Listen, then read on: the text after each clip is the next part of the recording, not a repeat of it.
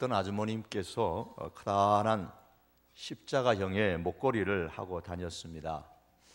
어느 날 그 교회 목사님이 십자가 목걸이를 보란듯이 달고 다니는 사람은 사기꾼 기질이 농후하다.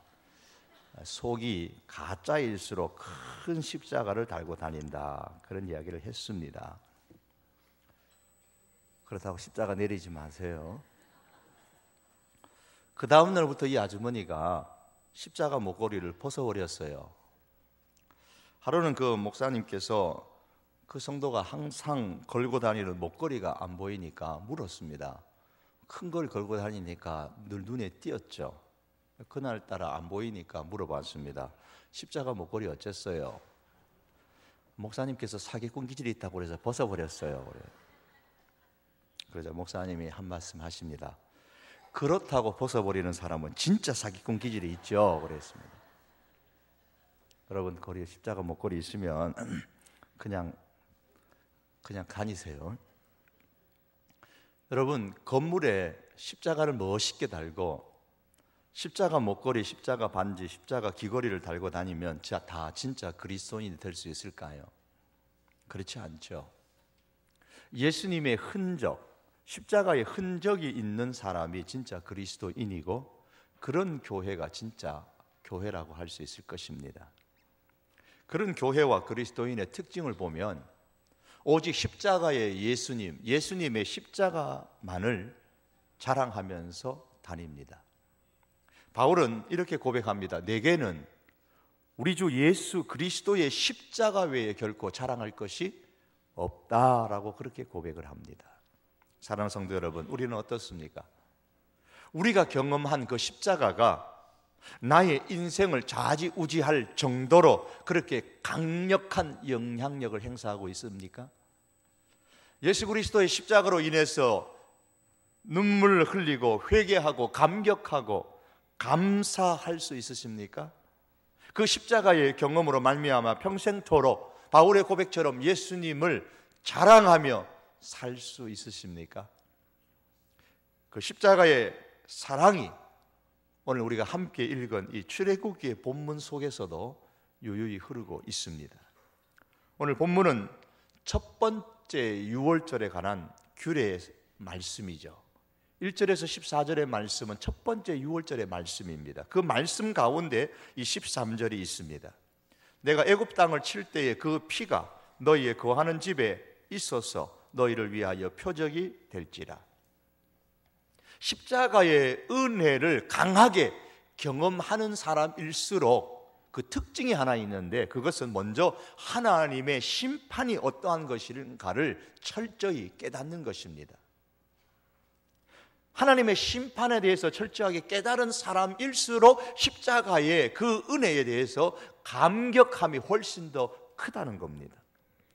오늘 말씀에 내가 애굽 땅을 칠 때에 친다라는 말은 죽인다라는 말이죠. 그냥 때린다는 뜻이 아니고 죽인다라는 뜻입니다. 이 말씀은 애굽에 대한 하나님의 심판을 의미합니다. 애굽의 10가지 재앙 가운데 10번째 내린 장자의 죽음을 의미하는 말씀입니다. 오늘 말씀에 보면 애굽에 대한 하나님의 심판은 보편적인 심판입니다. 출애굽기 11장 5절에서 6절에 보면 바로의 장자로부터 맷돌 뒤에 있는 여종의 장자까지 그리고 모든 생축의 처음 난 것이 죽을 것이라고 했습니다. 그래서 애굽 전국에 예외 없이 애굽 전국에 전무후무한 큰 애통, 부르짖음, 곡성이 있을 것이라고 했습니다. 하나님의 심판은 이처럼 전 애굽을 대상으로 하고 있습니다. 애굽의 그 어떤 집도 하나님의 이 심판에서 예외가 없습니다. 궁궐에서부터 시작하여서 아주 가난한 그런 초가집, 판잣집에 살아가는 사람에 이르기까지 하나님의 이 심판은 다 임합니다. 이러한 애굽에 대한 하나님의 심판이 애굽으로 끝나는 것이라면 우리가 더 이상 염려할 필요가 없습니다. 그러나 이 애굽에 대한 심판은 세상에 대한, 인간에 대한 하나님의 심판을 보여주는 말씀입니다. 예수님께서 재림하실 때에 모든 민족을 그 예수님 앞에 모으고 각각 구분하는 심판이 있을 것이라고 말씀합니다. 애굽의 모든 사람들이 다 하나님의 심판의 대상이 되었던 것처럼 이 세상의 모든 사람들이 다 하나님의 심판의 대상이 될 날이 옵니다. 출애굽기 11장 5절에서 6절의 말씀해 보시면 애굽에 임하는 하나님의 이 심판은 아주 무서운 심판이라고 말씀합니다. 애굽 땅에 있는 모든 처음 난 것은 죽는다 그랬습니다. 애굽 온 땅에 전무후무한 큰 부르짖음이 있으리라. 애굽 전국에 죽음의 행렬이 이어질 것이라는 겁니다. 애굽 전체가 하나님의 심판으로 인하여서 울음바다가 될 것이라고 말씀합니다.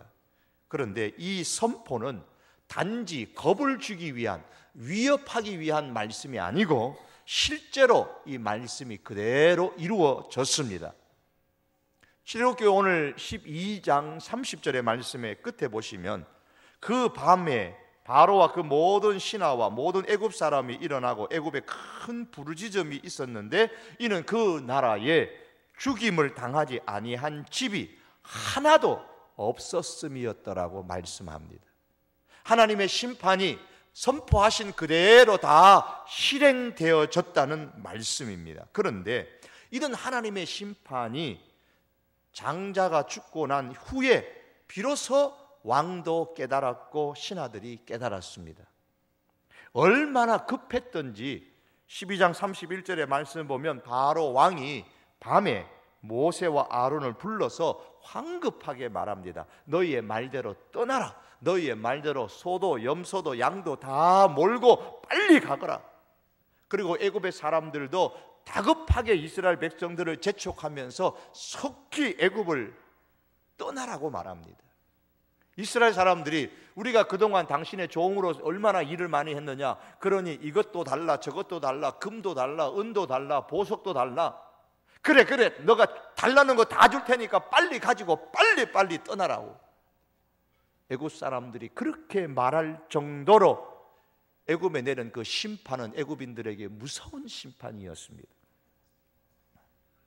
하나님의 심판이 얼마나 무서운지를 경험하고 나서야 그들이 깨달은 겁니다.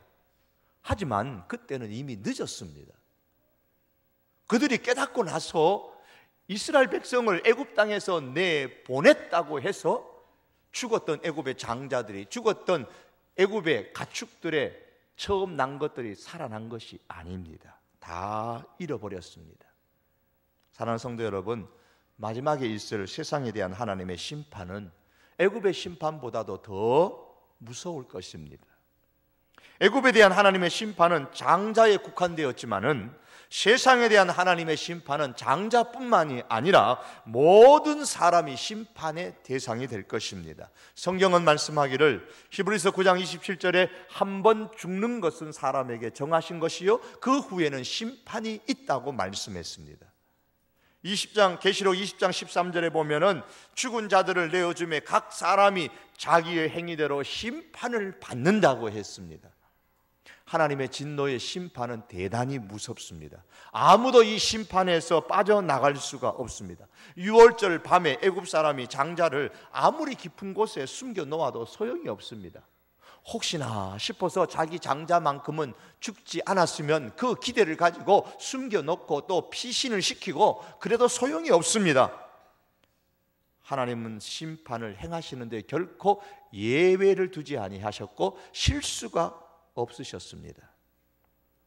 이것은 마치 영화의 예고편과 같습니다. 진짜는 이제 앞에 남아 있습니다.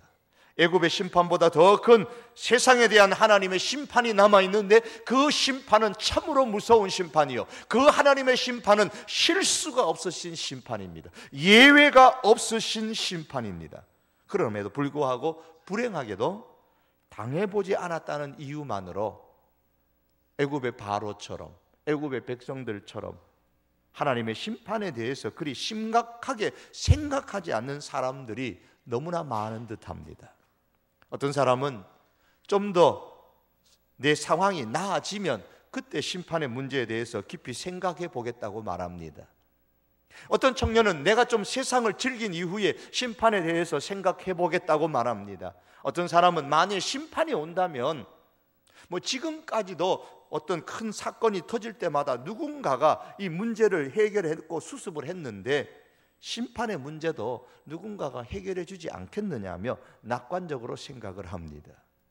또한 어떤 사람은 누가 지옥에 가봤나 라며 조롱하고 심판을 부정합니다. 어떤 사람은 아예 내 코앞이 석잔데 지금 당장 문제도 네가 해결하기 정신이 없는데 장차 있을 심판의 문제는 다음에 생각하겠다고 말합니다. 그러나 여러분, 애굽의 바로와 백성들이 죽음의 심판이 선포되었음에도 전혀 깨닫지 못하다가 경험하고 난 뒤에 통곡하며 후회했다는 사실을 우리가 잊지 말아야 합니다. 그리고 그때 후회하는 그때는 이미 늦습니다. 심판으로 죽은 자들이 돌아와서 다시 기회를 얻을 수 없다는 사실을 우리가 기억해야 됩니다.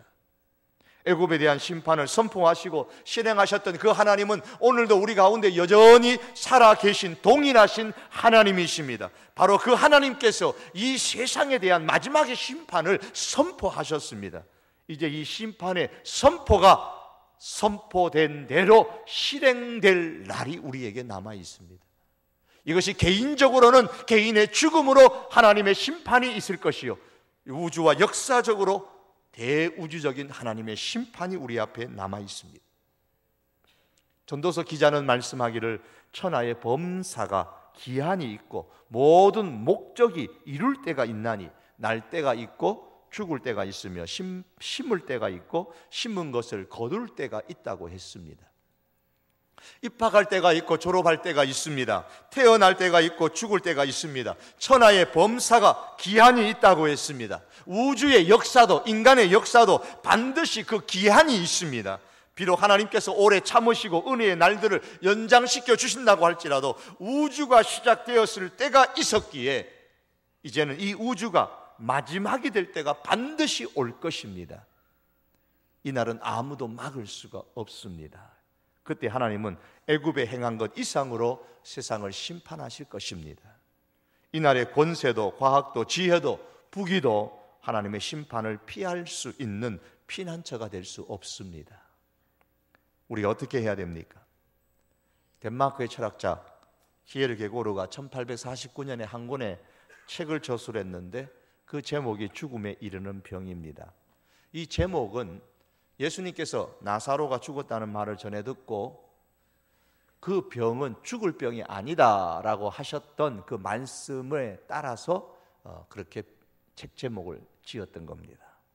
죽음에 이르는 병에서 말하는 죽음이라는 것은 육체적인 죽음을 말하는 것이 아니고 영원한 생명을 잃어버리는 영적인 죽음을 의미합니다. 키에르케고르가 말하는 죽음에 이르는 병은 절망입니다. 절망. 그가 말하는 절망이 뭔가?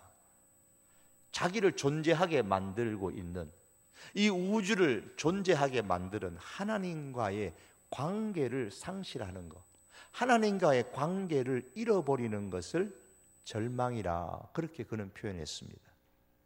그리고 이 상실, 하나님과의 관계의 상실을 죄라고 규정을 했습니다.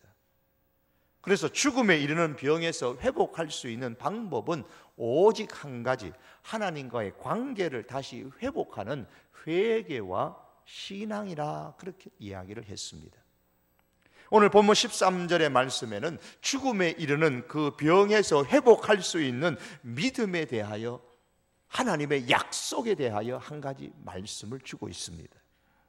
내가 애굽 땅을 칠 때에 그 피가 너희의 거하는 집에 있어서 너희를 위하여 표적이 될지라. 내가 피를 볼 때에 너희를 넘어가리니. 애굽 땅을 칠 때에, 하나님의 심판이 있을 때에 피를 보면 넘어간다 그러셨습니다. 이게 6월절의 기원입니다. 처음 교회에 나오시는 분들에게 6월절이라고 하니까 6월 달에 무슨 행사가 있나? 교회에 중요한 행사가 있는갑다, 그렇게 생각하시는 분이 계시더라고요. 6월절에 이 6월이라는 말은 넘어간다, 오버, 패스 오버, 넘어간다라는 뜻이죠. 뭐가 넘어간다는 말입니까? 죽음이 넘어간다라는 말입니다. 그래서 그 집에는, 죽음이 그 집은 지나갑니다. 넘어가기 때문에 하나님의 심판이 그 집에는 임하지 않는다라는 뜻입니다. 뭘 보고 넘어간다고 했습니까? 피를 볼 때에, 피를 보고 넘어간다 그랬습니다. 피를 보고 하나님의 심판이 임하지 않는다라는 뜻입니다. 그래서 13절 중반절에 보시면은 그 피가 너희의 거하는 집에 있어서 너희를 위하여 표적이 될지라 그랬습니다. 피가 이스라엘 사람들이 사는 집에 있어서 표시가 된다고 했습니다. 무슨 표시입니까? 하나님의 심판이 넘어가는 표시입니다. 아, 이 집에는 피가 묻어 있구나, 넘어가야지. 생명을 살리는 표시입니다. 하나님의 약속이라는 말입니다. 그 생명을 살리는 표시인 피를 문에 바르는 것은 여러분 누가 계획을 했습니까? 애굽의 장자가 죽을 것이라는 소식을 듣고 이스라엘 백성들이 자, 우리가 다 같이 모여서 한번 의논을 합시다 해서 회의를 해가지고 어떻게 하면 이 죽음을 피할 수 있을까 진지하게 오래 몇 날 며칠 동안 토론한 끝에 만들어낸 계획입니까? 아니면 모세가 계획한 것입니까? 그 모든 것도 아닙니다. 피를 바르라고 계획한 것은 하나님께서 내어놓으신 계획입니다. 애굽에 대한 하나님의 심판이 보편적이고 매우 무서운 심판이지만 그 하나님의 심판을 피할 수 있는 그 유일한 방법을 하나님께서 제시를 하셨습니다. 그것은 피를 문에 바르는 것입니다. 이것이 이스라엘 백성을 살리는 생명의 표시가 될 것이라고 하셨습니다. 요한계시록 6장에 보면 하나님의 그 진노의 심판의 때에 누가 능히 서리요? 사도 요한이 놀라면서 탄식을 합니다. 이 엄청난 하나님의 세상에 대한 심판에 과연 누가 설 수가 있느냐 말이에요. 누가 그 하나님의 심판에서 넘어지지 아니하고 제외될 사람이 누가 있겠느냐요. 이렇게 6장은 마치고 나서 7장에 이어가면서 하나님의 심판의 날에 능히 설 사람이 있다 그렇게 말씀합니다. 누가 서느냐? 흰옷 입은 사람이 선다고 했습니다. 그럼 그 흰옷 입은 사람이 누구냐요? 요한계시록 7장 14절에 보면 이는 큰 환난에 나오는 자들인데 어린 양의 피에 옷을 씻어 희게 하였느니라. 어린 양의 피에 씻어서 희게 된, 그래서 흰옷을 입은 사람이 바로 하나님의 심판에서 능히 당당하게 설 수 있는 사람이라고 요한계시록은 말씀합니다. 오늘 출애굽기 본문에서도 이렇게 말씀합니다. 내가 피를 볼 때에 너희를 넘어가리니 재앙이 너희에게 내려 멸하지 아니하리라. 피가 묻어있는 집은 하나님께서 넘어가셔서 하나님의 심판의 재앙이 임하지 않을 것입니다. 멸하지 않을 것입니다. 생명을 보존해 줄 것이라고 약속하셨습니다. 그럼 이때 하나님께서 보셨던 이 피가 무슨 피입니까? 어린 양의 피입니다. 이 어린 양이 무엇을 상징하는가? 신약 성경 고린도전서 5장 7절에 보니까 우리의 유월절 양 곧 그리스도께서 희생이 되셨느니라. 이 유월절의 어린 양이 예수님이다, 그리스도다, 이렇게 성경은 말씀합니다. 그러므로 예수 그리스도의 피가 있는 사람, 예수 그리스도의 피가 묻어있는 사람, 십자가에 돌아가신 예수님의 그 보혈이 묻어있는 그 사람, 그 피를 믿는 사람, 하나님의 심판이 넘어갑니다. 피를 통한 구원의 계획을 내어놓으신 하나님께서 그 어린 양의 피, 예수 그리스도의 보혈을 볼 때에 넘어가겠다고 계획을 내어놓으셨고 약속을 하셨습니다. 창세기 22장 말씀해 보시면 아브라함이 이삭을 데리고 모리아산으로 올라가는데 서로 대화를 합니다. 아버지, 오늘은 이상하게 하나님께 드릴 제물이 없네요. 제물은 어디 있습니까? 이삭의 질문에 아브라함이 대답을 합니다. 어린 양은 하나님이 친히 준비하시리라. 그렇습니다. 하나님께서 우리를 위하여 친히 어린 양 대신 예수님을 준비하셨습니다. 그러므로 예수님의 보혈이 있는 사람만이 하나님의 심판으로부터 구원의 은총을 경험할 수가 있습니다. 다른 방법은 없습니다. 오늘 본문의 말씀 속에서 이스라엘 백성의 장자의 죽음의 그 심판에서 그 심판을 피할 수 있는 방법은 다른 방법이 없습니다. 다만 그 피를 문에 바르는 것밖에 없습니다. 예수님께서 말씀하시기를 나는 길이요 진리요 생명이라고 하셨습니다. 예수님만이 유일한 방법이요, 예수님만이 길이요, 예수님만이 하나님의 심판에서 살아날 수 있는 유일한 생명입니다. 왜? 그 피를 보고서 넘어가겠다고 하셨기 때문입니다. 그 어린 양의 피, 예수 그리스도의 보혈을 보고서 하나님께서 죽음에 이르지 않도록 해 주시겠다고 약속하셨습니다. 현대인들 중에는 이러한 생각을 매우 편협한 생각이라고 생각하는 사람들이 있습니다. 구원에 가는 길은 매우 다양한데 종착점은 같다고 생각을 많이 합니다. 남산에 올라가는 방법이 회원동원에서 갈 수도 있고 후암동에서 갈 수도 있고 저기 이태원에서도 올라갈 수도 있고 저 장충동에서 올라갈 수도 있을 것이고 또 다른 곳으로 올라갑니다. 걸어도 올라갈 수 있고 차를 버스 타서 올라갈 수도 있고 케이블카 타고도 꼭대기까지 올라갈 수 있는데 결국은 어디서 올라가든 어떤 방법으로 올라가든 꼭대기에 가면 다 만난다. 타워에 가면 다 만난다. 그 타워에 그 엘리베이터 속에 들어가면 다 만나게 되어 있다. 그런 이야기를 합니다. 그렇기 때문에 구태여 기독교를 개종할 필요도 없고 지금 내가 현재 믿고 있는 그 종교에 잘 믿기만 하면 결국에는 다 한 곳에서 만나게 될 것이라고 생각을 합니다. 참 대단히 마음이 넓고 포용력이 있는 생각 같지만 성경은 그렇게 말씀하지 않습니다. 그 피가 너희를 위하여 표적이 되리라. 다른 건 소용이 없습니다. 내가 피를 볼 때에 너희를 넘어가겠다고 하셨습니다. 피를 볼 때에. 하나님의 심판은 우리 가운데 있는 어떤 다른 것을 보고서는 결코 넘어가지 않습니다. 오직 그 피, 어린 양의 피, 하나님이 제시하신 그 어린 양의 피를 보고서만 넘어가시겠다고 말씀하셨습니다. 오직 예수님 외에 다른 길이 없습니다. 십자가에 달리신 예수 그리스도의 그 보혈을 믿는 사람만 그것만 보시고 예수님께서 달리신 그 피만 보시고 하나님께서 넘어가시다고 하셨습니다. 친히 인간의 구원을 얻을 만한 이 외에 다른 이름을, 다른 방법을 주신 일이 없습니다. 아무리 다른 사람들이 기독교를 향하여 편협하다느니 독선적이라느니 할지라도 인간의 구원은 유월절 어린 양 대신 예수 그리스도만이 유일한 길이요, 유일한 진리요, 유일한 생명입니다. 이 사실이 믿어지는 은혜가 우리들 가운데 있기를 축복합니다. 말씀을 정리하겠습니다. 하나님의 심판은 전 우주적이고 무서운 죽음의 심판이 될 것입니다. 영벌에 처하게 되는 심판이 될 것입니다. 그러나 하나님은 약속하셨습니다. 그 피가 너희를 위하여 표적이 될 것이라. 내가 피를 볼 때에 너희를 넘어가리라. 내가 피를 볼 때에 내가 너희를 살리리라. 하나님의 약속입니다. 하나님은 이 약속을 첫 번 유월절에 이스라엘 백성 가운데 그대로 이루셨습니다. 지키셨습니다. 그렇다면 이제 어린 양의 피가 아니라 하늘로서 오신 하나님의 어린 양 예수 그리스도의 피가 어찌 우리를 죽음의 심판에서 구원하지 못하시겠습니까? 이 하나님의 약속을 믿고 감사하며 구원의 확신을 가지고 살아가시는 주의 백성 될 수 있기를 주님의 이름으로 축복합니다.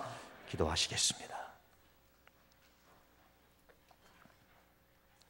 전능하신 하나님, 그 피가 표적이 될지라 그 피를 보고 내가 넘어갈 것이라고 하셨습니다. 어린 양 대신 예수 그리스도의 십자가의 그 피만이, 그 보혈만이 우리를 구원으로 이끄는 줄 주여 믿습니다. 십자가에 나를 위해서 돌아가신 예수 그리스도의 그 보혈을 흘리신 예수 그리스도를 우리가 믿음으로 구원 얻는 역사가 우리 가운데 있게 하시고 믿음으로 감사하며 살 수 있게 하여 주시옵소서. 예수님의 이름으로 기도하옵나이다. 아멘.